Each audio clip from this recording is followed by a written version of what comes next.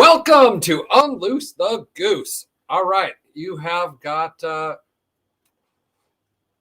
of the geese, one of the newest geese. Brian Norton here, Food Forest Farms, holding down the fort while everybody is recovering, still sick, interviewing other people.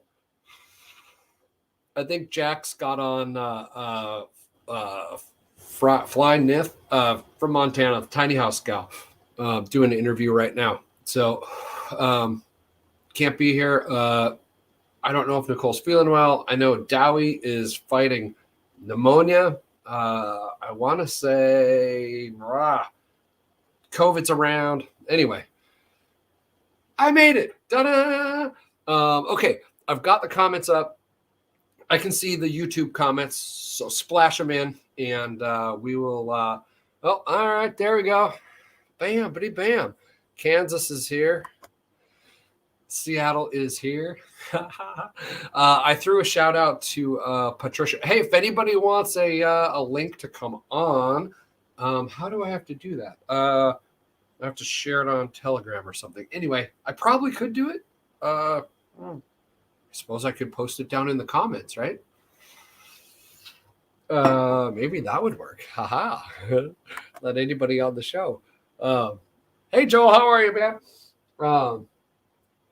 Been running around all morning. Okay, so welcome, Happy New Year, 2022. We made it. It's going to be a kick-ass year. I forgot who I heard this morning talking about it, but yeah.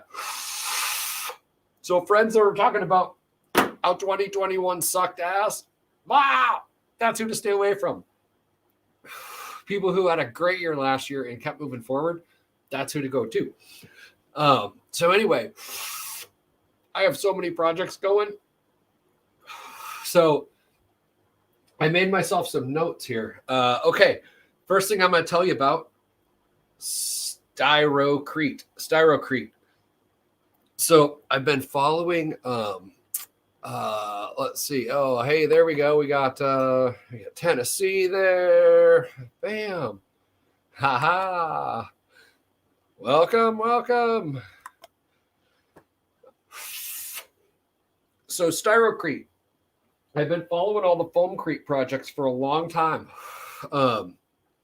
So Foamcrete is a concrete that's blown up with all the little cells of bubbles.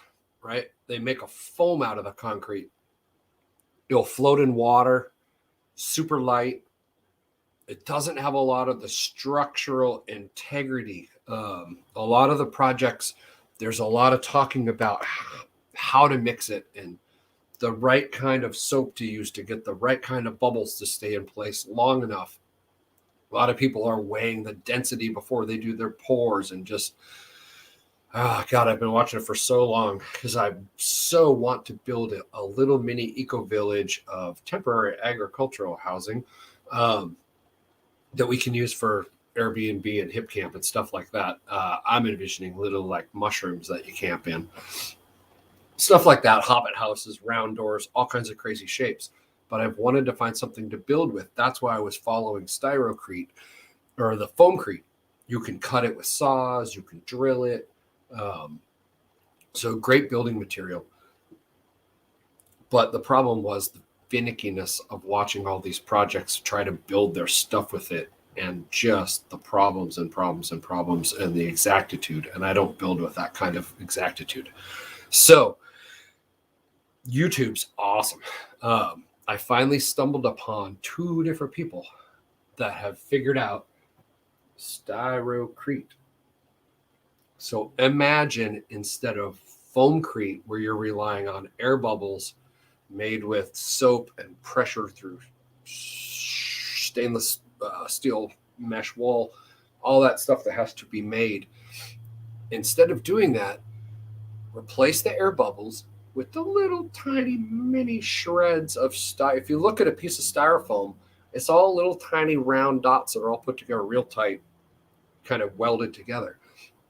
If you break that back apart into all the little styrofoam pieces, the little round dots, you have basically the exact same size and shape of the bubbles in the good foamcrete, except now you don't have to worry about how you're making the bubbles, the viscosity of the bubbles, how long they'll hold before they evaporate, all that crap. Ha ha ha! Styrocrete, it is true.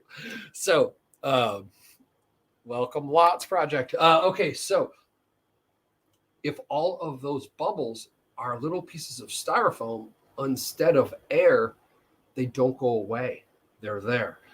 Atmospherics can't change their density or their shape or anything. Vibration won't mess the thing up.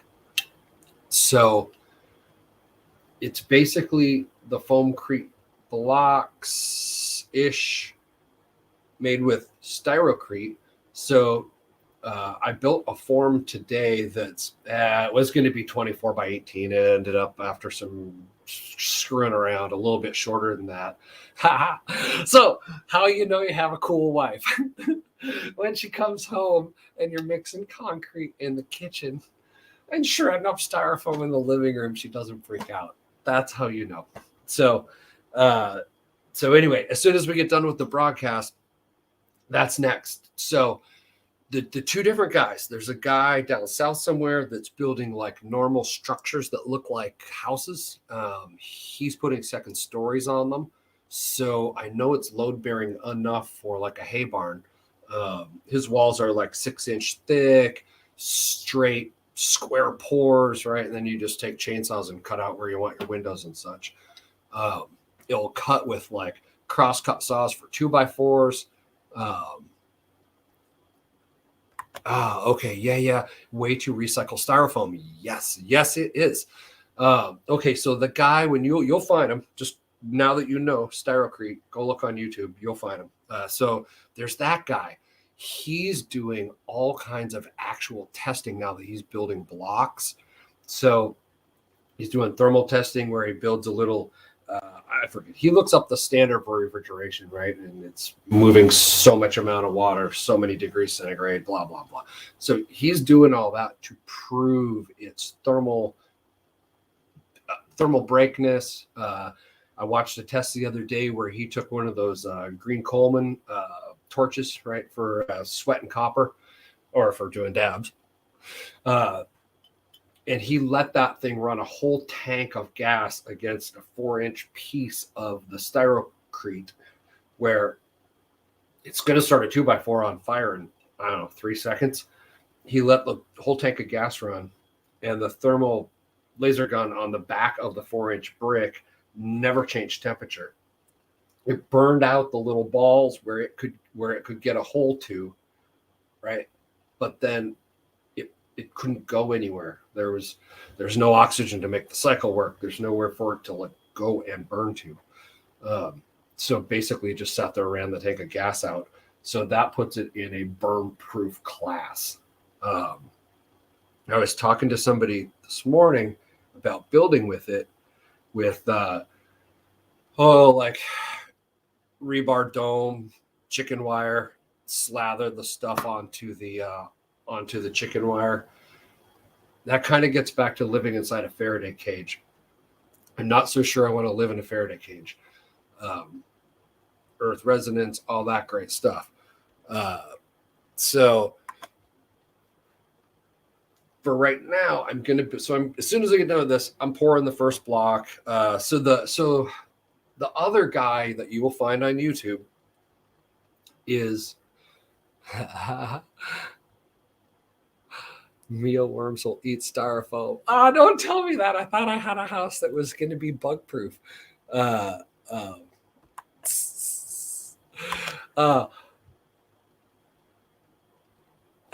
that's great. Yes, that is true. Somebody is working on mushrooms to consume the styrofoam.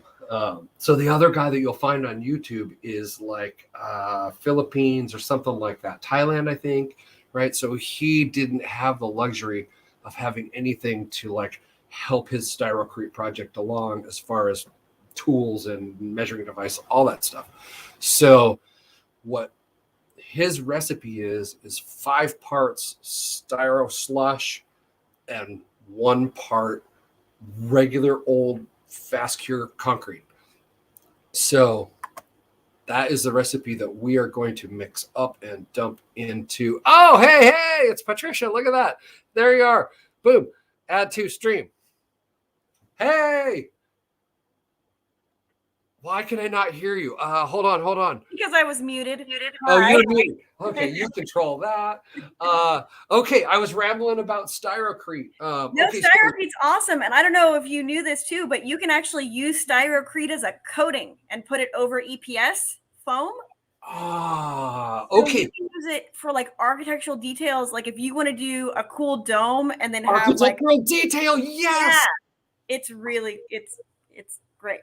So okay, after I found the Southern guy, and then I found the Philippine guy that gave the super easy 5-to-1 recipe that we are going to pour today and try.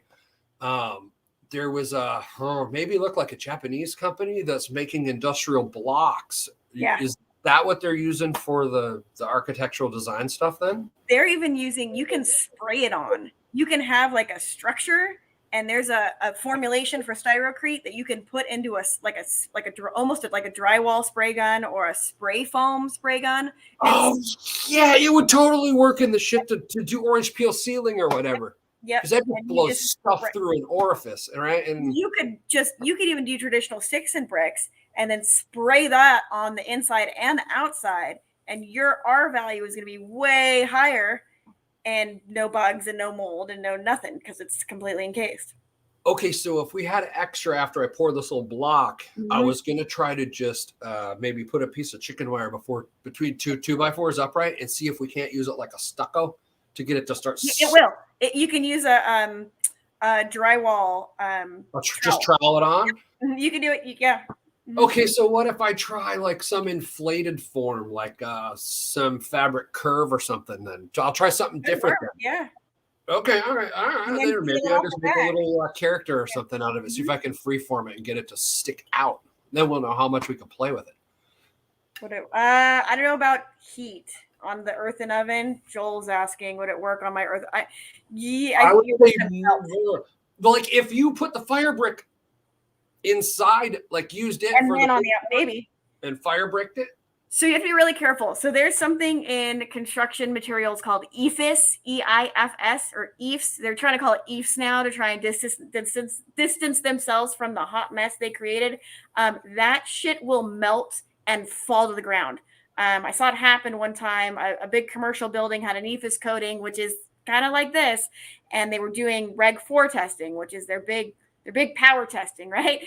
And they ramped that big trailer generator up, and it got the wall warm enough to where the styrofoam inside melted, and it was like a 6-story building. The cladding went like this. So without the styrofoam in it, it won't have structural integrity. It'll have structural integrity as long as you don't get it really hot. So this got it past whatever the melting point was for that particular formulation, and it was real bad. So I don't know if on a heat source like that it would be fine with like ducted heat work or like a real hot day, but I don't know if I'd put it by an oven. Okay, so I was thinking if we like camping structures, right? Camping would be fine, yeah. And then we run hot PEX around the inside the foamcrete. Maybe. Right? Now you've got radiant PEX. Yeah, that would can't go out, right? So it will be trapped in the little structure. And we would be able to get PEX through those walls stupid easy with just drilling holes through and then foaming back up. And if you wanted something that was really easy, I mean, you could do open blocks, run your whatever, and then spray it over. And then you'd have like layers on layers. Oh yeah, just use it to fill itself back in. Yeah, fill itself in. Yeah. I think we're onto something here. It just all the foamcrete stuff with real foam instead of styro just seems so finicky and so it's blowing out their forms, it's bowing their forms, like all the blocks are different densities, weights. Yeah. But it's still going to be fairly heavy. That's what so anyway, after we'll follow up next week. Do it. The styro project. Right out for rocket. Yeah, that's probably not for rocket mass heaters generating 1100 degrees. Yeah, you probably don't want to get that close to styrofoam. Now, My question is, and this would be a question for the lab guys, if it melts, depending on the formulation, does it go anywhere? Like it might just stay in its bubble, right? It might not do anything. Oh yeah, just liquefy them. Liquefy them when it recools, just right back there. But it's not puffy anymore. Yeah, so you got the structure out of it that you wanted. So I'm just looking at. There's a couple of big companies that are doing Styrocrete for exteriors. Oh, well, that was the one guy that was overseas that was doing it, was doing a lot cooler looking stuff because he was cutting them all into like putting eyebrows on all the doors and just. But I'm thinking out here for all of our water issues with like the mushroom shape overhanging roof that goes back under itself, right? That's all. Helping us shed and keep dry. Totally. Yeah. They're using them for trade shows too, because you could go up and put the chicken wire form and spray it and have your trade show display done. It's cheap. It dries in a couple hours. Oh yeah. And then come and paint it, right? Because it'll be. You can paint it with an air sprayer real fast. Done. You think they'll kill the bull with the styrofoam? With fabric? Maybe. No, with the styrofoam little parts showing, or I guess they don't really show it all, right? It's all concrete. Yeah, it looks like when you do set design in the really fine styrofoam and carve it. Yeah. Okay, so it should be eminently paintable. Should be great. Yeah. Yeah. Oh my gosh. Okay, so yeah. So now that I'm like in love with the building project, we're moving forward. So we will get to check it out. You could build a big ass Squatch statue. Oh, that begets the whole art projects out there, right? Because now we can go big and have some structural integrity and be able to embedding LED. Holy shit! They'll be structural. They're structurally sound. That some of the formulations up to you can do it a 2-story building with them. You can't go below 2, or above 2, but you can totally do single. Duals to work. Yeah. If people check out that YouTube stuff, they'll find the guy down south that he built. It was a barn. He's got a 2-story hayloft, and it's all like trusses across. And his walls are 6-inch thick. So I think it can work. So, yeah. Okay. So he built a shredder. That's okay. So that's the first thing. Shredding up that much styrofoam, holy shit! Just to do the first block, I did it. I'm trying to do it by hand to get an idea how much work it is. Too much work to do by hand. It's a lot. Electric lawnmower. He had mounted a garbage can with the bottom cut out and turned it on, flipped it through, and when they shot out the chute, it was a big giant bag to catch them. You run a big old wood chipper and just throw it in. They have to be fine though. They got to be down to the pellet, right? So like a mulching lawnmower. Yeah. But it got his. He was in a bodysuit with the thing on because it was flying everywhere. Yeah, that's real bad for your lungs. If we get down to like production, is what it is. Yeah, I mean you can do like a mulcher, and that makes stuff a lot smaller. Well. Build the first dome to be the styro containment dome for shredding up. It's like a paint booth. Yeah, why not? Why not? So that's one of my 2022 projects that's pushing on. What do you got? What do you got rolling? What are you going to get going in 2022? What's the one thing that's going to be above all things? God, I don't know. Trying to buy this property. That's my biggest, that's my focus right now. So all the side hustles, all the stuff is going into buying the property, which I'm going to then piggyback into buying the recreational income producing land. So that's my big 2022 push. I'm working on some projects in my professional life, trying to streamline the way legal departments support business rather than get in the way of business. Because like if anybody's worked for a big corporation, legal's a pain in the ass, right? Like, and I'm not that. Like I call them, I'm like, listen, the contract sucks, but let's have a great project so you don't get sued and it doesn't matter, right? Because the contract doesn't matter if nothing goes bad. So we're kind of integrating, I'm trying to be innovative and integrate risk management with business relationship structure. So it's seamless and it doesn't look like legal's involved is the idea. We got to go ask mom. Yeah. As you got to ask mom. That's right. So trying to make it not that. Other interesting things that I'm seeing floating around. I've seen more discussion on really cool green and like permaculture based buildings in the corporate world happening kind of all over the place. Like a pushback against building departments to like come Yep. into the 21st century, Yeah. or There are now mass timber projects happening in California, which used to not be possible at all because the California is so freaked out about earthquakes and fires and whatever. It was just no, it was just absolutely not. But now some of the big names in architecture and construction have pushed back and they said, no, look, we can achieve this fire rating with some, even like some of these Styrocrete type products as a coating, you can get your fire rating now, right? So now we're back to like, oh my God, maybe you can build a sustainable permaculture mass timber building in a fire zone with some of this tech. So it should be really cool. Like I'm excited to be able to actually share the project because I can't yet, but it looks awesome. I've seen the drawings. So yeah.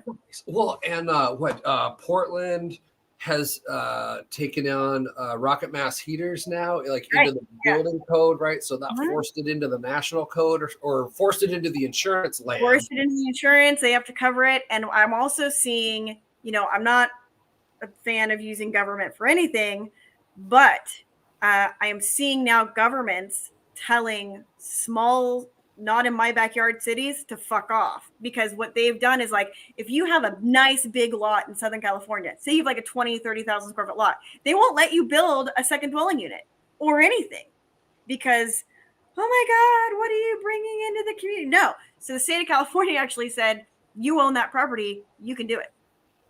That's your property.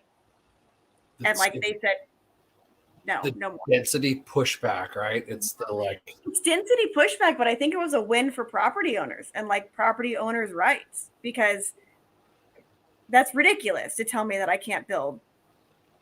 Right. Oh, well, yeah, you can't have in the middle of a housing crisis and people like camping everywhere, and then not allow people to build affordable places for them to build. So that's some cool stuff that's coming. We might start to see that. I mean, because we always say, as California goes, so goes the rest of the nation, right? So we might start to see some restoration of landowner rights, which would be great for the exit and build freedom cell idea of intentional communities and stuff, because then suddenly, oh, maybe now we can have more than one single family home on a property. Oh, now we really can. So it gives everybody trying to get out a little bit more flexibility. So that's going to be interesting to watch. Nice. Yeah. Yeah, if the Department of Making You Sad could be left out a bit more. That's right. Yeah. If they just say, because what they kind of did in California is like, I wish they would have said, we don't care, you can do it. What they said was they have to issue you a permit. Oh, like shall issue. Yeah, like a shall issue. So, okay, it's halfway. Well, temporary agricultural housing gets over a lot of hurdles too. It does. Yeah. So as long as you're not living there, you're coming to work for a temporary period of time. If we could get, and Italy does a lot of stuff wrong, but if we could get Italy's exemptions and benefits for like agriturismos here for the agritourism stuff, if we could copy some of that here, that would be great. The funny thing is, my Long Branch land is affirmatively zoned for agritourism. See, it's starting already. Yeah. So yeah, that's kind of why I always have an industrial operation of something going down there as a farm, so that we can be visiting the farm and not camping. Yes, not Paul Wheaton approved. Yeah. So Paul, and the next comment down is about Paul's Wafati design. If anybody hasn't been following that over on Permies, you should go check it out. It's a brilliant concept for a house built backwards into a hill. It's thermal inertia stuff. It works. He's been trying to prove it works like super scientifically, but it can't not work. His standard of everything having to like not have glue and not use paint and so he hasn't proved it could work for 10 years because hasn't just got it done. So yeah, my permaculture-ness, anything that already exists on the planet, I didn't make exist. So it's a waste stream. I will use any waste stream that I see fit to use to benefit people, Especially out here, like we're in the Pacific Northwest, there's so much stuff that people just throw out. Oh. So that's when they built that concrete. So I have the form for the block. I used 2x6, right, which is 5.5. And I took those fiberglass panels and made that the sides, and just cut more 2x6 and kicked it up for the ends, right? So 9 screws. I can just unscrew it at the end. We'll make it a little bit. So my other idea, drop it's a garbage bag in, pour it into the bag, and pop it out. Flip it over, new bag, next one, Yeah. So the idea behind the blocks is the guy in Malaysia just makes blocks all day when he's sitting around by the fire. Just what else you can do? Yeah. So then we could make blocks here or there or anywhere's garage. Wherever. And just drag them over because they're super light, right? And just build the structure all at once because we got a big super light and they're super weatherproof. So if they're along the side of your house, like they're not gonna, it's fine. You can leave them there until you're ready to take them wherever. Oh, that's hilarious! Stack them all along the side of the house. Them outside your house, like our value all winter, and then go. Yeah.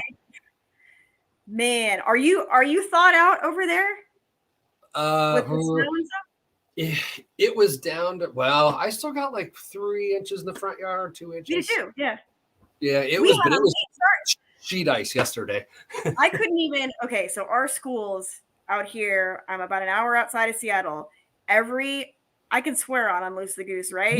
Yeah. Every fucking year it does this. It snow, we get our 6 inches or 8 inches or 10 inches, and it sticks around for a week.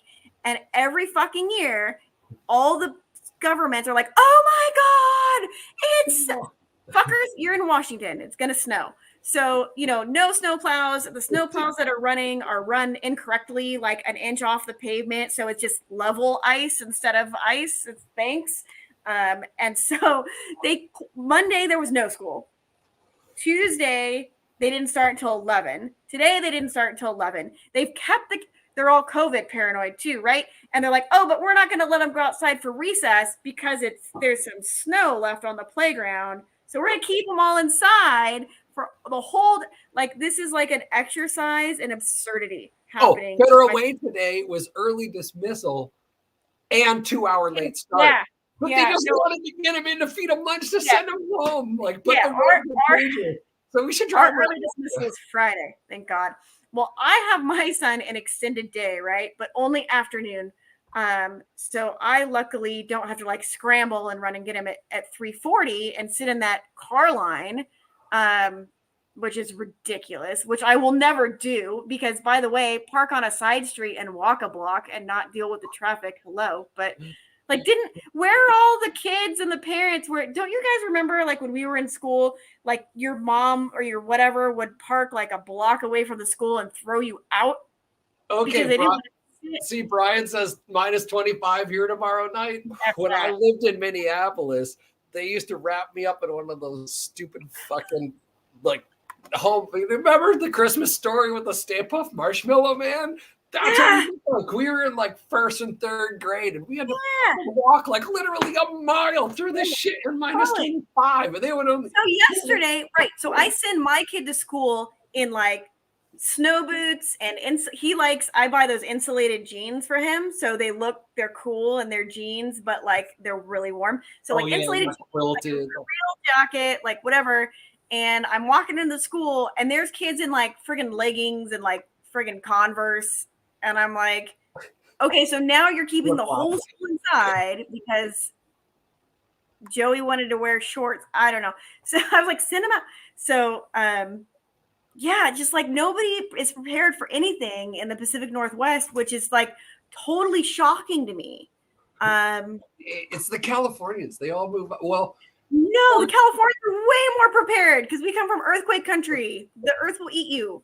So it's the Midwesterners, right? yeah, They've had it so harsh. They move out here, and when yeah. it's 45 It's and fine. 50, it's so chill that they just forget about the like every couple years when they're gonna deep freeze for a Yeah. week and like, yeah, it's more. I was waiting. I was sure when it snowed and then it thawed and then it rained and then it froze again. I was sure power was going down. I was sure of it, and it never did. Because I was ready. I'm sure I was like, I had all this gas and stuff. I was like ready to rock. Yeah, that was only I didn't need. I still don't need to go anywhere. That's I'm once sure. you're prepared, what else is there to do? What do you? Yeah. Well, that's the other thing too. Is like I was laughing because clearly nobody skied in Scotch guarded jeans in this Seattle area. Like, do you ever use just Scotch guard your jeans and go ski? You need a $600 pair of ski pants. Get out of here. Oh no, it has to be the right pair of ski pants. That's right. Shit. Okay. Well, now I'm a gear whore. And oh no, Brian, I have to send you the link. So I get all the ads for the ski gear because I am indeed a gear whore. There's one of the companies has a collaboration. It's a Grateful Dead waterproof hoodie for snowboarding. I think you need it. God damn, I won't buy anything with dead stuff on it. Okay.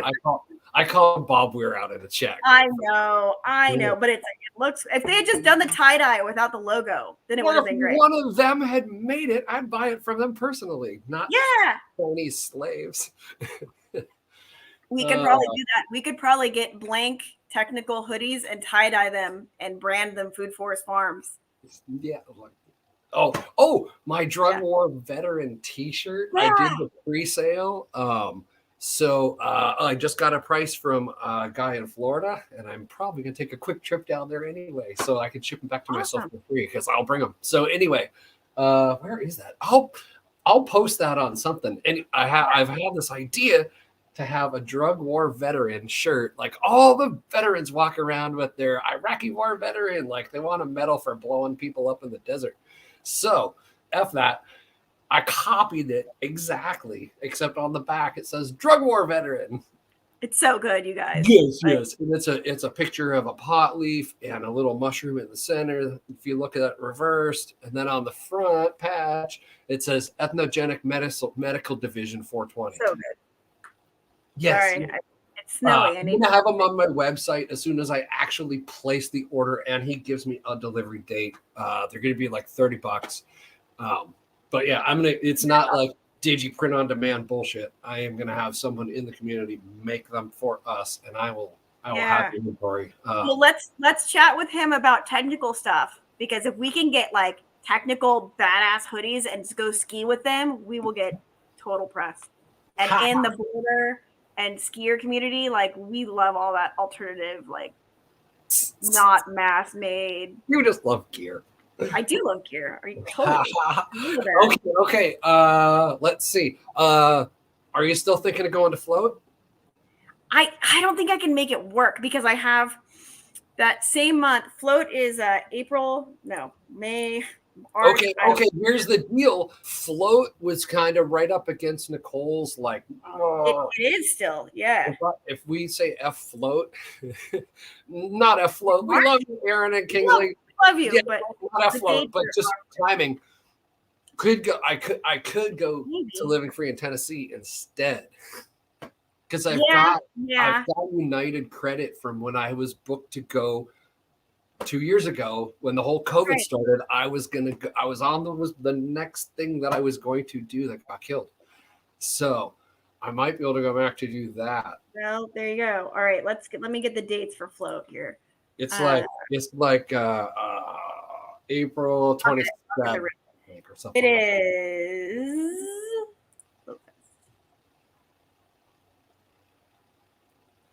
I think I have too many trips that month already, but it's real bad because I have to go. I have a California trip planned, and then I have. I'm supposed to go to New York for a conference, like right after that, and they don't have the dates on their website. What the hell, guys? All right. Okay, so I checked. Candace is cool with me zipping down to Tennessee, so I just might. Oh, here we go. April 29th to May 3rd. Yeah, okay, and I think hers is the 27th to the whatever. So he could like Yeah, almost so- go, if you were like, yeah, float or die, then I would say I could rent a car in Tennessee, do LFTN, and then go there and then fly out of Austin. Good. But okay, so I'll check in with Jack because he was going to Celebrity Chef. If he still wants to do it, I'll go down. Yeah, I'm trying to figure out like logistically. I looked at renting a van down there. It's like balls expensive, like almost $300 a night. And I was like, no. So I might go down there and hotel it. I could do that. Oh, for float? Yeah. Oh, you wuss. I know. No, it's not the camping, it's the schlepping. It's the gear schlepping. Yeah. Like, fuck. Yeah. So, And you can't pull off a hammock because it's right. pasture. There's nothing. So we need to take like tents and all that shit and or like something to sleep off the ground in or whatever. yeah, it's far. I might hotel it. I could see that. Weather pending, we want to hit Float Fest. Yeah, you guys have Brian at Lots. You guys have like real weather. We have weather out here, but it's whatever, you know. Okay. We'll circle back to that. We'll have to figure that out. Yeah. So float, it's Nicole Sauce's workshop, float, and then Squatch is after that. And then the very last Porcupine Freedom Fest is happening this year because That's Roger of Rogers Campground, I think is 90 something or whatever, but I guess he sold the place. This is the last hoorah. Yep. So It's June 20th. I have a spot prepaid already for that. So if somebody going out there with the big RV that I have a prepaid spot for 14 days wants to go to Porcupine Freedom Fest and Fork Fest, let me know. Maybe I just stay with you. My spot is prepaid. And it's in the RV loop. So you got power, water, all that. Yeah. So I was thinking the other day to add to all the really cool ideas from the Lots project. That's like the land, right? What if we also had an add-on to that was rent a camper or rent a trailer, like outdoorsy, because there's hip camp, right? For renting campsites. There's outdoorsy for renting trailers and RVs. Is that where they deliver them to wherever you're going to be? Like it's both. You can pick them up or they deliver them. It's whatever the owner wants to do. So, you know, it could be lots, literally like the land, and a section where you can rent out your RV or your van life or your whatever. That would be cool. Because I would rent a van from somebody directly. I don't want to pay outdoorsy like a $300 fee. Like set up, ready to go. Yeah, like I have insurance, so that's what I'm thinking. The next level of once we start building structure out there to have some warm, dry space, I think the number of campers will 10x. Because so many people don't want to go figure out how to put up a tent. Right, exactly. And are scared of it. Well, yeah. I mean, most people don't get outside anyway. I know. So a charity golf place that they kick up through the Tiger Woods system is renting my place in April. They're going to have a tournament on the peninsula. So we'll be the camping option. Perfect. Yeah, we'll be the campground, right? Because they'll Airbnb or hotel or whatever for their fancy guests. And they don't have to worry about like King Inslee saying you're not allowed to rent things or, you know. No, they know the deal. So they got the whole place. They can bonfire. Yeah, well, I'm planning another ski trip to Tahoe, and I wish there was a Squatch Fest property down there, because last year I rented on the Nevada side, which was totally fine, because Nevada didn't care. So I stayed in Incline Village, but I would like to stay a little bit closer to the actual Squaw Valley Resort. Squaw Valley, not Palisades. Thank you. Palisades is in LA. So yeah, I mean, if it's a great thing if we can get this network of landowners, houses. If you want to host people, it's like, you know, the Agora Airbnb version. I think Brian said he's going to slow down on the trying to reinvent hip camp, right? And focus on the landowner, getting the group of landowners together. And then he was going to go like people who have like, okay, it'd be cool to do it, but they don't have a place for RV. Like they don't have the stuff and Yeah. they don't want to do it. Like maybe he zips out there, preps their place for them. And now with this Styrocrete thing, if we can find a way to build cheap structures quickly, that's a way for him to get more landowners in the group faster, because then we'll have a model like, hey, you can zip in, get your place ready. You'll have camper, here's what it looks like when it's done. Look how cute it is. We can make it whatever color you want. Yep. Yeah. And just even get them hip camp ready or up to. So now he's looking up what the Airbnb standard is. What's the minimum for a structure and bathroom facilities so that they could be listed that way. And then literally he could like do your listing for you, take all the pictures that are required. Like you have to write a book, you have to write a welcome thing, like you can automate all that. So it automatically sends them the text when they book. Like, but if somebody just did it for you, So and if you're just on there and you're like, look, I have a house in Tahoe, hit me up if you're a freedom person and want to come ski, whatever, Oh yeah, like you can camp in my driveway or whatever. Yeah. Camp in my backyard. Yeah, because that was one of the things on Hip Camp for this studio space, right? I built that extra little addition with bunk beds and stuff in case people are like recording an album or going for a couple of days straight. We got to have people crashing. I was going to put that on Hip Camp because I felt it was indoor outdoor space. It's dry, 3 seasons. It's better than a tent. But because it wasn't zoned agriculture, they took it down off the website because it was it was in a neighborhood. Yeah. So that's where the Lots Project thing could get around it. Like if you built a kick-ass mother-in-law shed in the backyard, it's completely not whatever. But who cares? It's whatever. Yeah. But cool, people friendly. Right, cool, people friendly, and that was my big worry when I was traveling to ski last year. I rented this Airbnb, and I was like, "Holy shit, what's gonna happen? I don't know." And I kind of did everything I could and rented in Nevada, and it ended up being fine. The owner was like, "Don't really give a shit what the government tells me to do." So that was great, and we had a really good time. But a network of those people. Yeah, I think you got to get with Brian and help him with those with the websites that are the binding arbitration stuff. That's easy. Which clauses to go grab and all that, right? To set it up in short term, all that stuff exists. But I think it's easy. If you help them get it together, I think it'll be faster. Well, here's the thing, tying back to what we were talking about earlier about zoning. I mean, the state of Hawaii really kind of bent over their native Hawaiian population last year or the year before.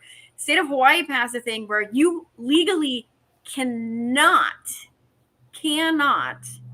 rent out a room in your house unless you have a special permit.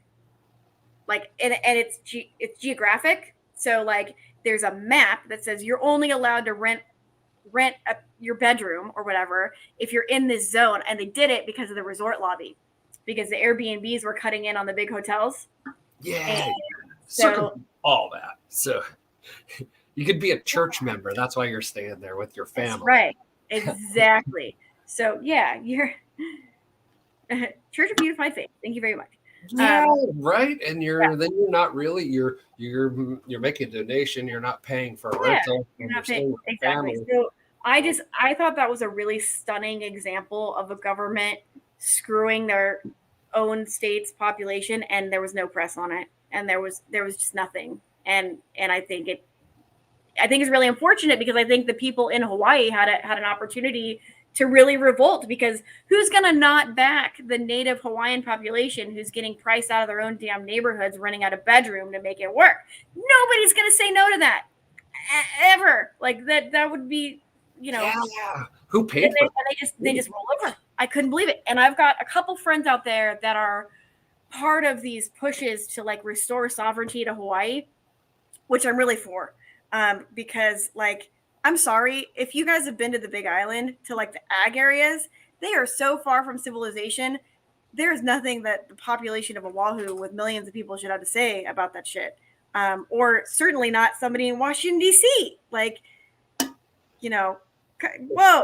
So I think there's opportunity to definitely, like, with networks like this, reclaim personal property ownership rights, and it's really important. I think we got to do it. And I set my activist hat on fire around about when I moved up here because I was so disappointed in California.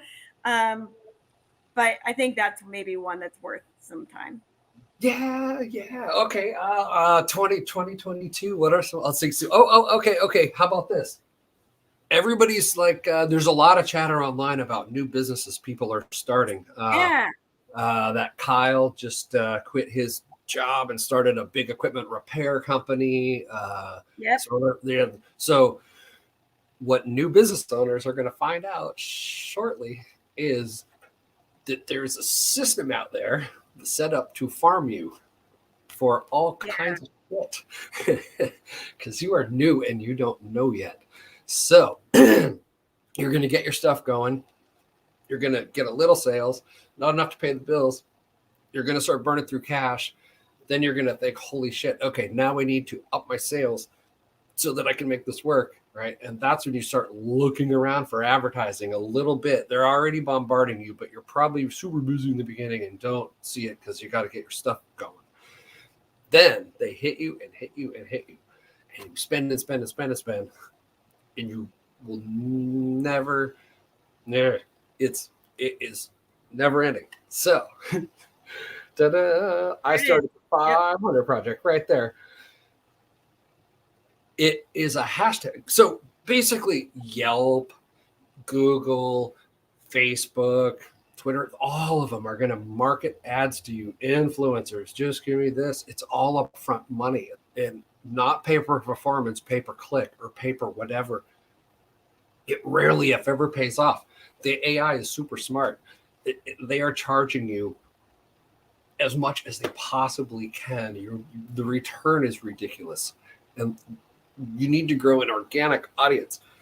So unless you're going to just make shit in China, make 1,000% on the pass through, and you don't give a fuck about anybody, then go play that game. Yeah. Take borrowed bank money at the cheapest rate you can, pay some whore to schlep it on TV, and don't worry about the slaves making the shit. So if you want to play like real size, making real things for real people, so that's why the 500 project exists. So if you go to my Food Forest Farms page, go to the other tab that says 500 project and click on it. I made it so you can steal it. It's not stealing. It's just free so Jack had gone off one day about, I think, the taxi medallion people, how much money they had like invested in those and all that, right? And then the game changed on them and their business was worth zero overnight. And I thought like, okay, so that was fucking over governments for the taxi money. I forgot who it was. It was probably my 27th Yelp call that day. So how could I fuck over all the people that want to just leech off small businesses and just suck them dry? Yellow Pages, web design developers, all day long.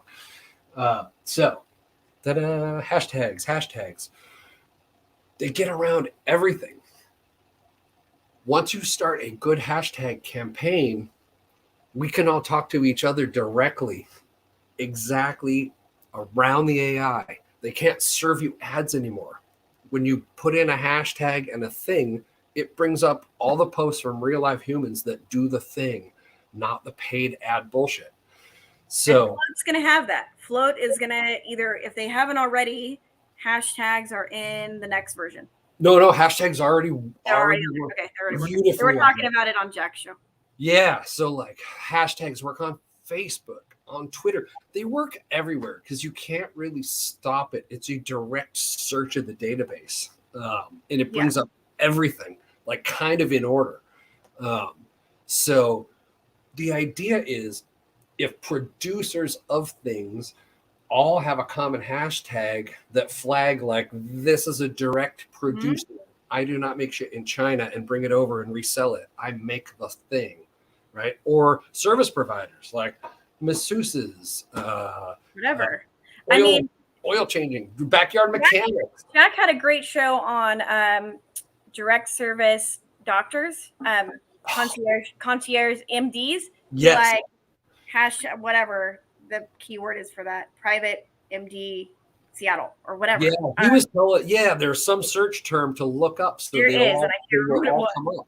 But that's until that gets filtered, right? And then they don't exist anymore because the AI doesn't want you to see it. So even though you search for it, you will never see it.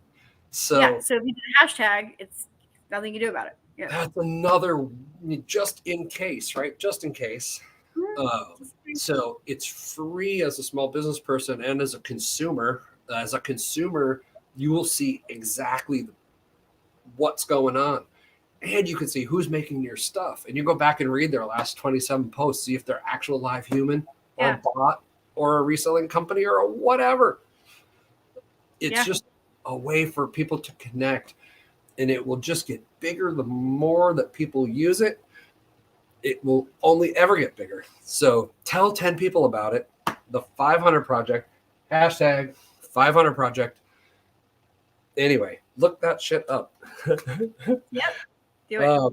That is my, that's kind of my other thing for the year. So as we get closer to 100, in the coffee club, I'm going to just be able to detach and start going to stuff around and hopefully lots of cool new stuff. Revamped Squatch Fest too. And the revamped Squatch Fest. Yes. Tickets are not for sale at all. All you have to do is actually talk to Patty or I. Yep. The actual real live human being that wants to like talk about anything other than bullshit. And I mean anything other than bullshit. And when we redid it, I said that if anybody says COVID at Squatch Fest, I get to hit them with a stick, and I'm not joking. Like, the new splatterball gun on full auto. Yes. Brian got splatterball guns, and we will shoot you. Oh my god, those are so fun. They are so fun. So I found out if you hang splatterball, splatterball keywords. Okay. Oh yeah, go look that stuff up. Fucking natural law will get you shot in the face. All right, I mean it. What else? Oh my god. So we are looking for musicians that want to come out to play. Yeah. And if the Styrocrete projects get crazy, the new band shell could be epic. I have no idea. Could be crazy Styrocrete band shell. Yeah. So yeah, we're gonna start working on the stuff. We got the lighting, we got the sound equipment, we got the board. Let's bands. So who wants a stage to come play in the woods with the Squatch? Contact come play, us. But we won't make you wear a mask. yeah.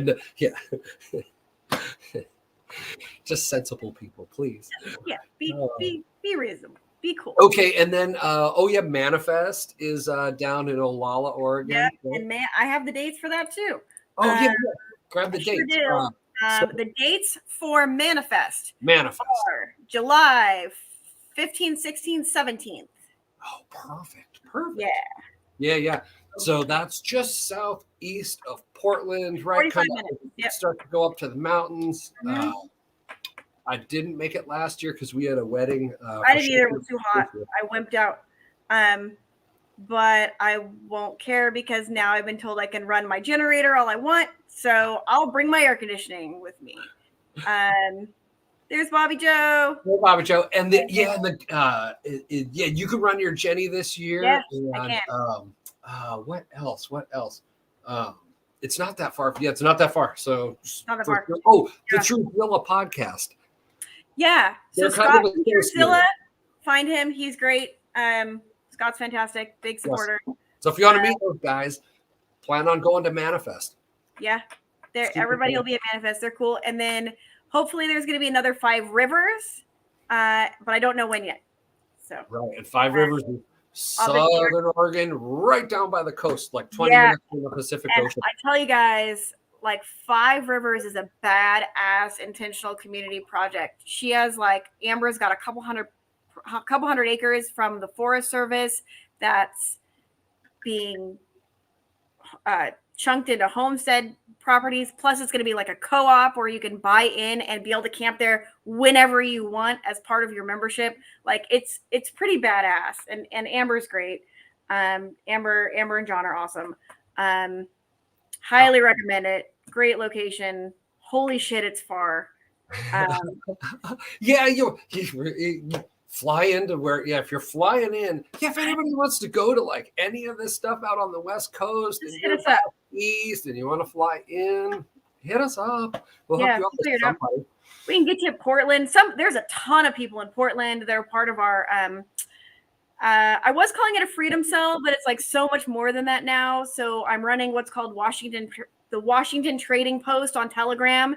And it's like a mishmash of like TSP fans, UnLoose the Goose fans, Exit and Build people, freedoms. It's like I just decided to make one point because I had too many Telegram groups and it was annoying and people weren't adminning them properly. I love you guys, but you weren't adminning them properly. And so I just started one. And so I am the benevolent dictator. I don't censor anything except for sovereign citizens. Yeah, it just, you know what? I just got tired of like the reposts of the videos of the same fucking thing. And that's why I did it. Like, so, I'm done. I have so much more. I'm done. I don't want to see your forwarded bullshit. I don't care about your forwards. I want to know what you're doing in real life. And I literally do not care about what you found on YouTube. Right. Yeah. Yeah. It was too much. It was if like you didn't do it in your garage today. That's right. I don't what did you and I wasn't a dick about it in the beginning. Now I kind of am as an admin, but like now I get so many PMs and they're like, dude, we totally love the vibe of your group. It's real. Like there's no bots. Yeah. When you can't, when you're like begging for people to actually sell real shit, like, hey, anybody that sells anything real, drop links. Everybody here wants to buy stuff. That's right. GSD, get shit done. I almost called it a get shit done group, but we're too geographically spread out. So it's like virtual GSD. If you're not GSD, like, shut up. Like, yeah. Well, that's it. That's 100%. Get shit done. I'm not going to burn myself out, but I am going to get shit done methodically. Yeah, because I like to argue. I just do. And so I had to put a limit there for myself because I was like spending all this time telling people why they're fucking stupid, one, and they're like hurting themselves, two, and they're not furthering freedom, three, and then they were just like so like wrapped into this whatever. I want to go protest at the Capitol and like jump around. Like, please, like, how many vegetables could you have grown in the amount of time? Yeah, I know. I'm a lawyer. That's why. Well, okay. Oh, that reminds me. I was going to talk about that earlier, and I totally spaced it. But my one thought before the show was Steve Jobs, way back in the day, there's a quote from him that talks about he was holding whatever the fuck it was, technology of the time that was the thing. And he was like, okay, I realized that all these fucking ape humans around me built like this thing, the pinnacle thing. And he looked around and it was like, okay, none of these fuckers is smarter than me. And they built this. Yeah. So what the fuck can I build? And he jettisoned all connection to you build with everything that's around you, but yeah, fuck, nobody's smarter than you. Well, and Brian from Watson, like, let them be stupid. And I had to come to that because I was trying to save everybody, right? And like, no, this is why. And it's ridiculous. So but you never know like how many years it'll take for someone to stew on something we said today. Right. 10 years from now, they're going to be like, boom, started some crazy new company. And they'll be like, this crazy fucker in his garage told me to just detach from reality and do it. Yeah, exactly. So now the only response people get from me is, you're wrong. Get out of my group. Yeah. Tell me what you're doing. What are you So doing? when you pop into Patty's group, you're gonna get asked like an actual question. Hey, what are you doing? Yeah, or some like actual thing to prove you're actual human. That might be We'll able ask to you crazy stuff. Yeah, we're just playing with you. But yeah, I've been going to some pop-up markets locally. Like we're gonna have more pop-up markets at Brian's with like local makers. It's really like exit and build, right? Like exit and build where you are, right? So exit, this is like the crap, and build your own community. So yeah, it's just a mental switch. As soon as you just realize there's this whole other layer that's there with the electrons spinning around. The Telegram group is Washington Trading Post, but I've had to hide it. So we will post a link to it. Where do we want to? You know what? I will post it in the comments. Oh no, I don't want to put it in the comments. I'll post a link to it in the UnLoose the Goose Telegram group after the show. So I'll put a link in there. I don't want to put a link on YouTube because then I'm gonna deal with bots again. So I'll put it in screw the bots. Yeah. Go to the UTG Telegram. Go to the ULG Telegram group, and when I post it, you'll be able to search for Washington Trading Post, and it'll be in there. Yeah. Oh, that's great. Everybody's chit-chatting. Everybody's starting to pile in at the end of the show. And look, there's Wade. I see Lions Den. Wade was great. Wade helped me build that fire pit at Squatch, like totally when I was like, wow, I'm tired and crapping out because it's 140 degrees. It was so hot. And being able to pour concrete that's not so heavy might be super sweet too. That would be awesome. If we could find one that's heat resistant. Or a way to make it a shell and put other stuff onto it. Or a shell and do heat tile. It works too. Yeah, some type of stone in front of it. Oh shit! I just had a really good idea. What if you use it as a form to pour concrete? Make your Styrocrete, if it's strong, you can make forms and like pop them out and use them for stuff. Oh yeah, we could make forms out of the Styrocrete, and then pour the fire, and then pour with real concrete. With real concrete, yeah. And rebar. Mm-hmm. Yeah. Those are badass. Yeah. All right. We better sign off. I've got to go. Right? I've got a block to go pour. I can't wait for the test. So I took pictures of the form. I'm going to take pictures of the mix, and I'll take pictures of it when it's done. And I don't know, we'll go throw it in the ocean or some shit. Yeah. So the next time it snows like this, Brian, we got to go to Squatch property and sled down that hill. Oh, bro. I was thinking about that hill by your place, the 45-degree death angle hill. They iced it. They put salt on it. Fucked it all up. So kids wouldn't. Yeah. Oh, fuckers. Yeah. Yeah. Let's see. Oh, she was fixing a website. Good fixing for you. Yay, that means money. Yeah. Hey, let's see. Wade's out there. Oh, hey, Wade. Type in the comments. How are the ducks doing for you? Are you growing more ducks? Have you sold any? Let's see. Podcast.